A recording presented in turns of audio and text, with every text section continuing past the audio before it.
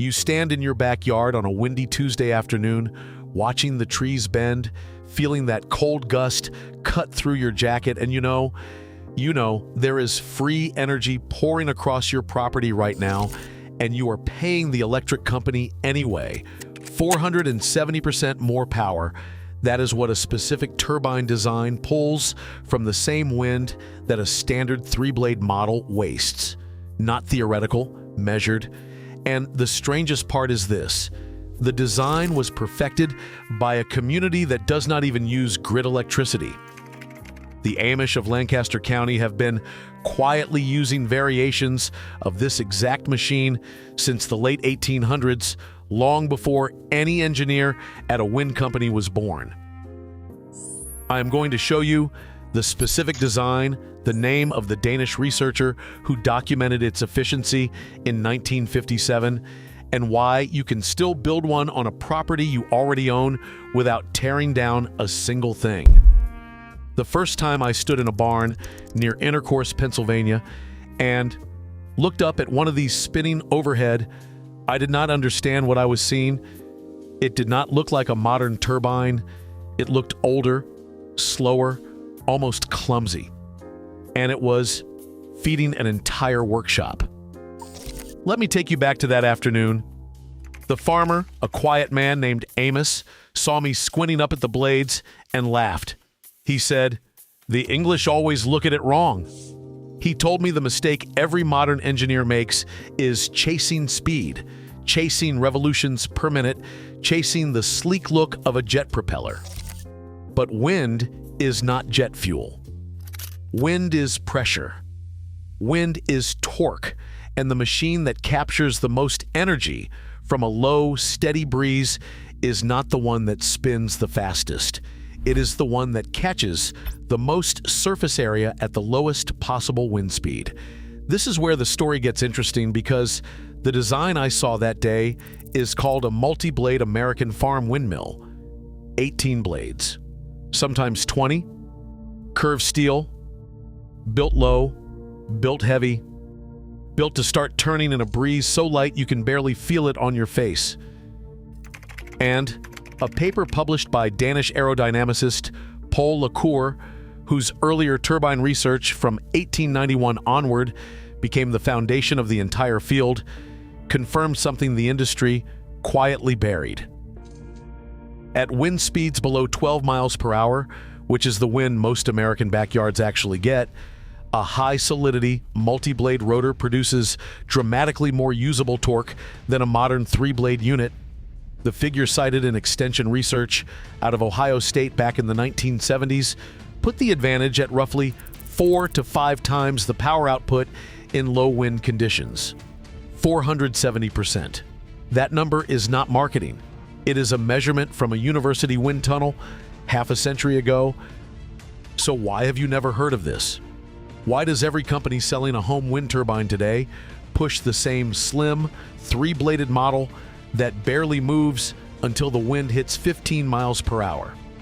Because someone made a decision decades ago about which design would be sold to Americans. And it was not the design that worked best on American land. It was the design that worked best for grid-scale wind farms in coastal areas with strong, consistent wind. Someone benefited from your ignorance of the difference. The same companies that were awarded federal subsidies in the late 1970s and early 1980s after the energy crisis were the ones funding the industry committees that wrote the recommendations for residential wind. The multi-blade farm windmill, the machine that had pumped water and ground grain on hundreds of thousands of American homesteads since the 1854 patent filed by Daniel Halladay in Connecticut, was suddenly labeled obsolete. Old-fashioned, inefficient. The word inefficient was a lie. It was inefficient only at generating high RPM output for a large generator. It was the most efficient machine ever built for pulling power out of the real wind most of us actually have. And here is where it gets worse. The Rural Electrification Administration, created in 1935, had a mandate that sounded noble on paper, bring electricity to every farm in America, but read the internal correspondence preserved in the USDA archives from the late 1930s. The goal was not just to bring power, it was to make independent power generation irrelevant. Because a farmer with a working windmill and a bank of batteries does not need a monthly bill, does not need a meter, does not need the grid. Within 20 years of the REA's expansion, the American multi-blade windmill industry collapsed. The Aermotor Company of Chicago, which had sold over 800,000 windmills between 1888 and 1950, was nearly gone. The knowledge did not die, though. It moved. It went where the grid refused to go and where the people refused to plug in. It went to the Amish. Now, if you already own a house and you are thinking this only applies to people building from scratch, stay with me because this next part is specifically for you. You do not need a farm. You do not need 40 acres. You do not need to rebuild anything. What you need is a piece of open ground on your property, a corner of the yard, an area near the garden, anywhere the wind reaches without being blocked by your house on the prevailing side.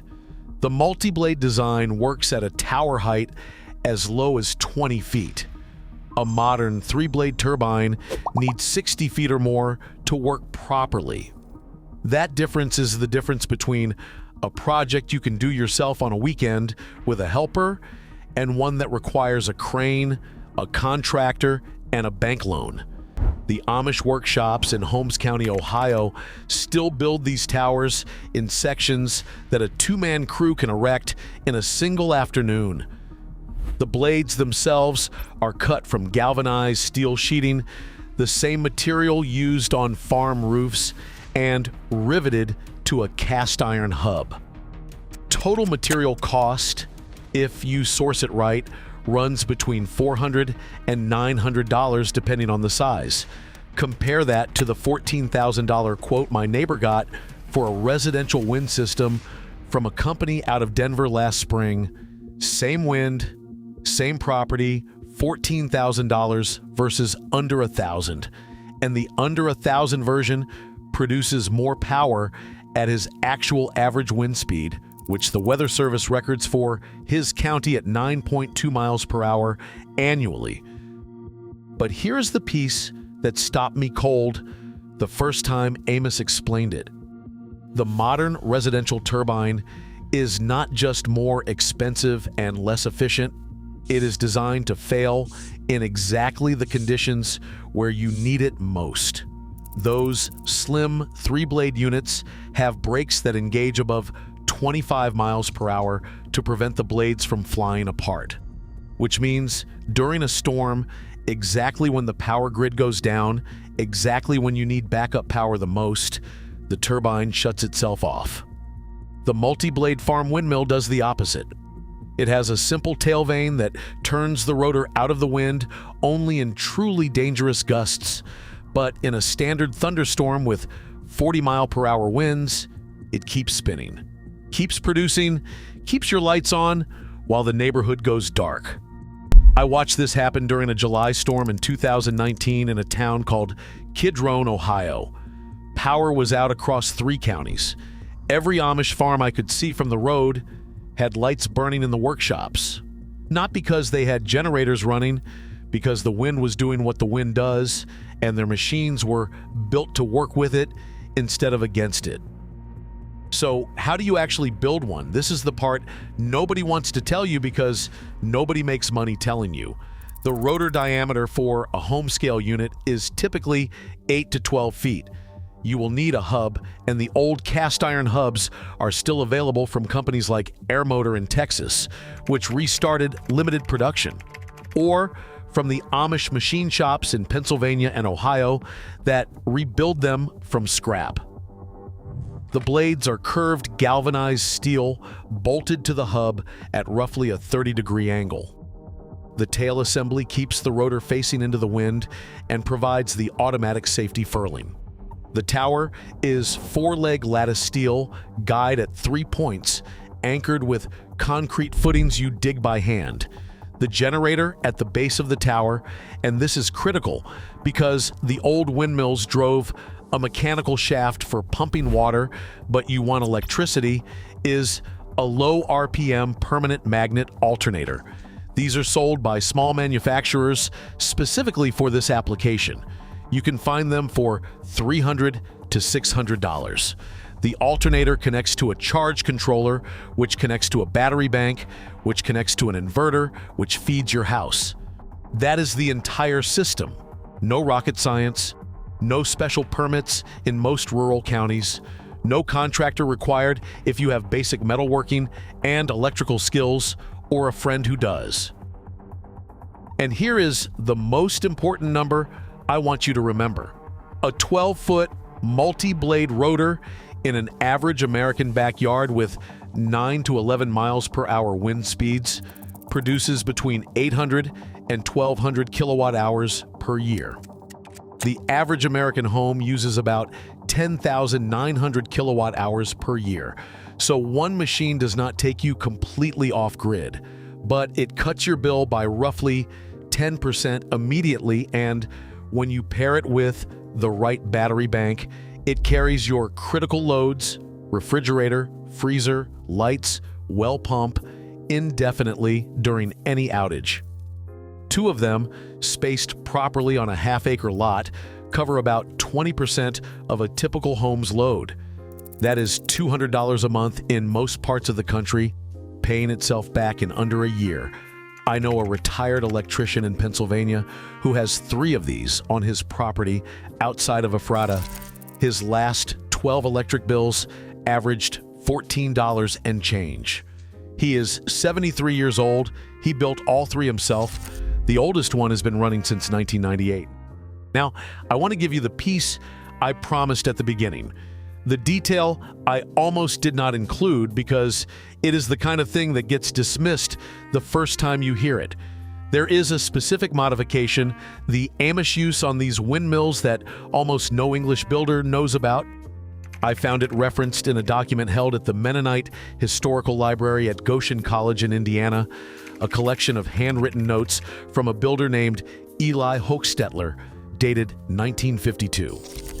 The notes describe what Hochstetler called the winter blade. In the original American farm windmill design, the blades are all identical, same curve, same angle, same size. But Hochstetler discovered something the factories never bothered to test. If you replace every other blade with a slightly wider, slightly flatter version, a blade that catches more surface at slow wind speeds, the rotor starts turning at wind speeds as low as 3 miles per hour. 3. That is barely a breeze. That is the wind that drifts through your yard on a calm morning in October.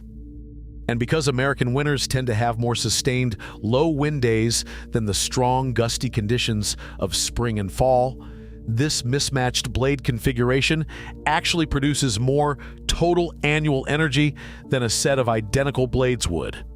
The university guys never tested it because it looked wrong. Symmetry feels correct to an engineer, but the Amish builders kept records, and the records showed a 30 to 40% increase in annual output for the same tower, same hub, same generator, all from changing half the blades. Hochstetler's notes explain why this works in plain language.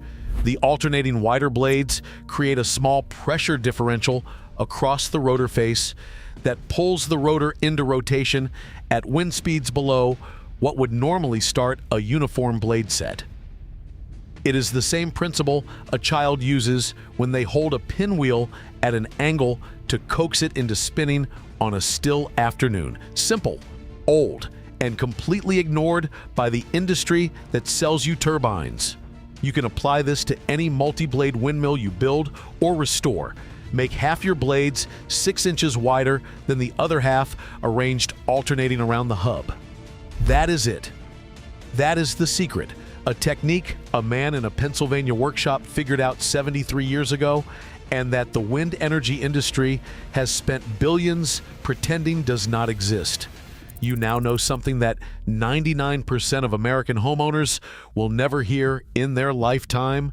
You know it because a community that refuses to plug into the grid preserved it, wrote it down, and passed it forward while the rest of the country was busy signing up for automatic bill pay. The wind that blows across your yard tonight is the same wind that turned Daniel Halladay's first windmill in 1854, the same wind that Paul Lacour measured in Denmark in 1891, the same wind that Eli Hochstetler watched spin his improved rotor outside a barn in 1952. It does not belong to the utility company. It never did. It was always yours. You just forgot because somebody wanted you to forget. If you are the kind of person who believes that real knowledge has been quietly pushed aside to protect someone else's profit, you already know what to do next. Here's what I want you to tell me in the comments. Which part of your property gets the most wind? The front yard, the back, the side near the tree line, or an open field beyond the house? Tell me exactly where, and I will read every answer. This matters because the placement of even the best windmill determines whether you get 800 kilowatt hours a year or 2,000. Subscribe if you want to keep recovering the knowledge that used to belong to every American household before we were convinced to let it go. The next video is going to show you the exact wood-burning design the Amish use to heat a 1,400 square foot farmhouse on less than a cord of wood per winter, and the specific draft modification documented in an Ohio State Extension Bulletin from 1948 that makes it possible. You will not believe how simple it is until you see it. I will see you there.